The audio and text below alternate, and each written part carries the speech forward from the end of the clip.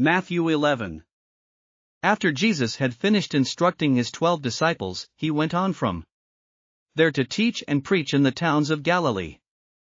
When John, who was in prison, heard about the deeds of the Messiah, he sent his disciples to ask him, "Are you the one who is to come, or should we expect someone else?" Jesus replied, "Go back and report to John what you hear and see. The blind receive sight, the lame walk, those who have leprosy are cleansed, the deaf hear, the dead are raised, and the good news is proclaimed to the poor. Blessed is anyone who does not stumble on account of me." As John's disciples were leaving, Jesus began to speak to the crowd about John. "What did you go out into the wilderness to see? A reed swayed by the wind? If not, what did you go out to see? A man dressed in fine clothes? No. Those who wear fine clothes are in kings' palaces. Then what did you go out to see? A prophet? Yes, I tell you, and more than a prophet. This is the one about whom it is written, 'I will send my messenger ahead of you, who will prepare your way before you.' Truly I tell you, among those born of women there has not risen anyone greater than John the Baptist, yet whoever is least in the kingdom of heaven is greater than he.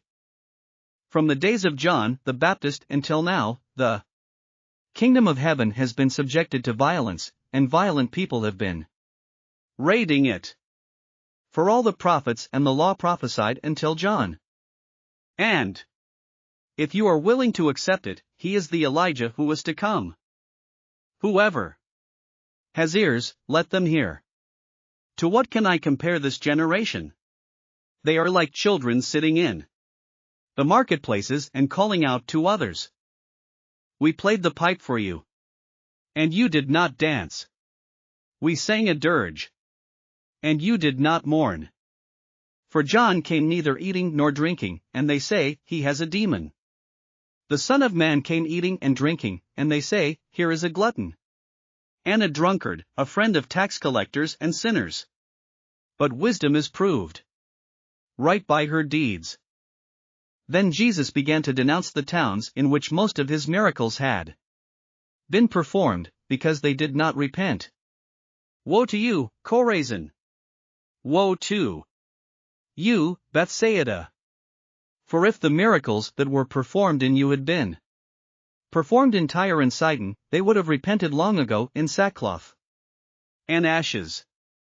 But I tell you, it will be more bearable for Tyre and Sidon on the day of judgment than for you. And you, Capernaum, will you be lifted to the heavens? No, you will go down to Hades. For if the miracles that were performed in you had been performed in Sodom, it would have remained to this day. But I tell you that it will be more bearable for Sodom on the day of judgment than for you." At that time Jesus said, "I praise you, Father, Lord of heaven and earth, because you have hidden these things from the wise and learned, and revealed them to little children.